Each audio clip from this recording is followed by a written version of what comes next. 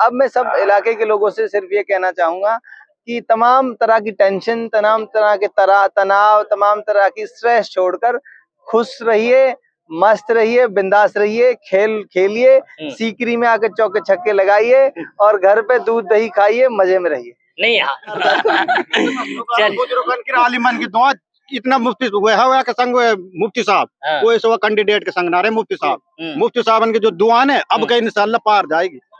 दोस्तों फिलहाल हम मौजूद हैं सीकरी में और सीकरी में क्रिकेट टूर्नामेंट का आज उद्घाटन किया गया है, जिसमें फर्स्ट जो विनर टीम रहेगी उसको एक फार्म ट्रक 60 दिया जाएगा और 51,000 रुपए नगद दिए जाएंगे। इस तरीके से कमेटी ने फैसला लिया है। हमारे साथ मौजूद हैं कामा से निर्दलीय प्रत्याशी मुख्तियार अहमद, जिन्होंने इस उद्घाटन समारोह में आकर के एक अलग ही रौनक बढ़ाने का काम किया। इसके साथ ही नगर से पूर्व विधायक वाजिब अली अभी रिबन काट करके यहाँ से गए हैं। अभी बात करेंगे मुख्तियार अहमद से और जानने की कोशिश करेंगे जिस तरीके से मेवात इलाके के लोग लगातार खेलों के प्रति अपनी दिलचस्पी दिखा रहे हैं, ऐसे में उनको लेकर क्या कुछ कहना चाहेंगे। सबसे पहले तो हमारे साथ जुड़ने के लिए बहुत बहुत स्वागत है आपका। बहुत बहुत शुक्रिया आपका और आपके तमाम दर्शकों का भी मेरी तरफ से बहुत बहुत शुक्रिया, आभार। आज आप सीकरी आए हैं, क्रिकेट टूर्नामेंट का उद्घाटन किया गया है, क्या कुछ कहना चाहते हैं मेवात इलाके के लोगों को? देखिए, पिछले 6-8 महीने मेवात के लोगों ने चुनाव का पूरा पीरियड देखा, चुनाव में लोग लगे रहे और अपने अपने कैंडिडेटों को जिताने में भरपूर लोगों ने प्रयास किया, भरपूर मेहनत की और उसमें बहुत लोगों ने स्ट्रेस भी ली, तनाव भी लिया, बहुत लोगों को खुशी हुई, बहुत लोगों को गम हुआ।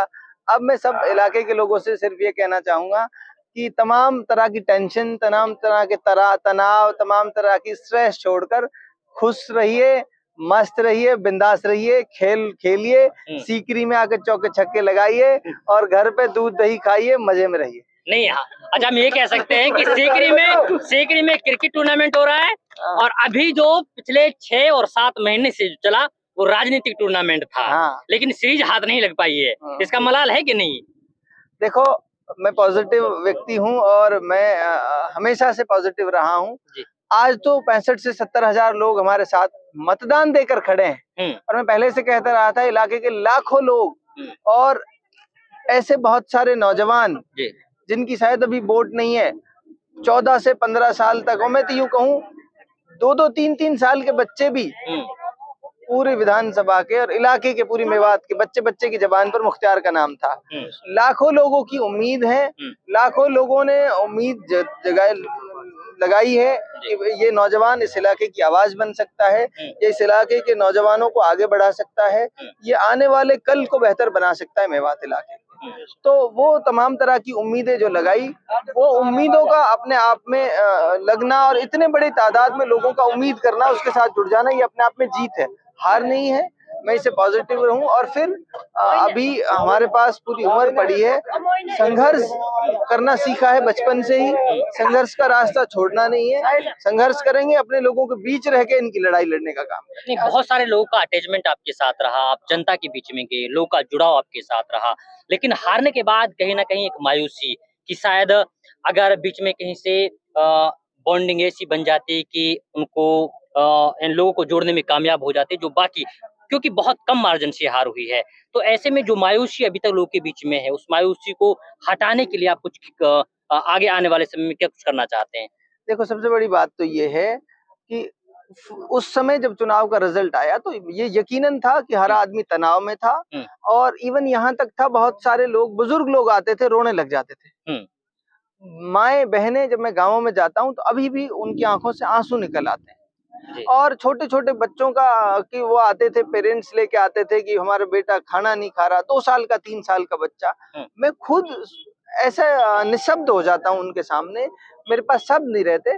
तो इस तरह की सिचुएशन से हम गुजरे, इस तरह की परिस्थितियां देखी हमने, लेकिन उसके बाद 3-4 दिनों में हम खड़े हो गए, वापस से हम लोगों के बीच गए, लोगों से कहा कि कोई बात नहीं है, इतना शानदार चुनाव लड़ा है जिस चुनाव की धमक और गूंज पूरे हिंदुस्तान में और न केवल हिंदुस्तान में, मेवात इलाके से जुड़ा हुआ व्यक्ति दुनिया के किसी कोने में भी रहता है, वहां तक इस चुनाव की धमक गई है, इसकी गूंज गई है। कोई बात नहीं, जिस चीज को रब जानता है उसको हम नहीं जानते, हो सकता है इसी में कोई खैर भलाई लिखी हो।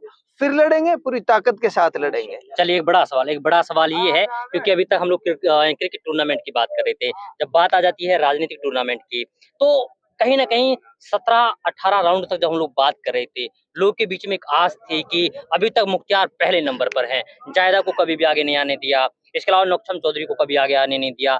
17 से 18 राउंड बीतने के बाद जब बारी आती है कामा साइड की, तो वहां पूरा माहौल डगमगा जाता था। तो उससे पहले क्या लग रहा था कि उम्मीदें क्या थी कि हम जीत की ओर रहेंगे या फिर उम्मीद तो हमें पहले दिन से ही, जब हमने चुनाव की घोषणा की थी उस दिन से हम जीतने के लिए चुनाव लड़ रहे थे। हमने एक सिंगल दिन भी नहीं सोचा इस बारे में कि क्या होगा, कैसे होगा। हमारा सिंगल एक ही टारगेट था कि हमें चुनाव जीतना है और चुनाव जीतकर इस इलाके की आवाज विधानसभा के पटल पर मजबूती के साथ रखनी है। इस इलाके की समस्याएं, इस इलाके की जो मुश्किलें हैं, जिस तरह की बेड़ियों में इलाका जकड़ा हुआ है, इस इलाके को आजाद कराने का काम करना है और इसकी आवाज बनने का काम करना है। तो हमने तो पहले दिन से आश्वस्त थे इस बारे में कि हम चुनाव जीतेंगे और उसी के लिए हमने लड़ाई लड़ी पहले दिन से। और जैसे ही आपने कहा 18-19 राउंड तक हम आगे चल रहे थे, तो देखो हम आश्वस्त थे जीत के, लेकिन पता नहीं चलता। देखो तो बंद किस्मत हो जाती है जब ईवीएम मशीन में जैसे जैसे राउंड आ रहे थे, गिनती बढ़ जा रही, धड़कन बढ़ी कि नहीं बढ़ी, बताए बस सीधा। धड़कन मैं कह तो रहा हूँ, मैं मेरे इलाके के लोगों की धड़कन जरूर बढ़ गई थी। बहुत उम्मीदें लोगों को थी, सच्चाई है, लेकिन हम मजबूत थे। एक नेता जब मजबूत रहता है तो उसके लोग मजबूत रहते हैं। तो दिल की धड़कनें, तो हार जीत बहुत मसला नहीं था। मैंने पहले भी कहा, हमारी सबसे बड़ी जीत इसमें थी कि इलाके के लोगों का डर निकल गया।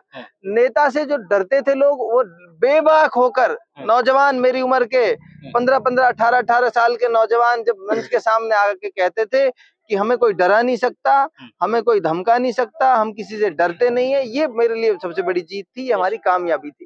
तो चुनाव में अलग अलग तरह के पैरामीटर्स थे मेरी नजर में। चुनाव का हारना जीतना हमारा हार जीत तय नहीं कर रहा था। जिन मकसद और उद्देश्यों के लिए हम चुनाव लड़ रहे थे, उन उद्देश्यों में हम कामयाब हो गए थे, ये हमारी जीत थी। और फिर चुनाव भी जीत जाएंगे, इलाके के लिए काम भी करेंगे, कोई बात ही नहीं है इसमें चिंता करने की कोई बात। रिजल्ट आ गया, हार जीत हो गई है, अब क्या प्लान है? क्या बिजनेस में लग जाना है या फिर राजनीतिक बैकग्राउंड पर डट के खड़े रहना है?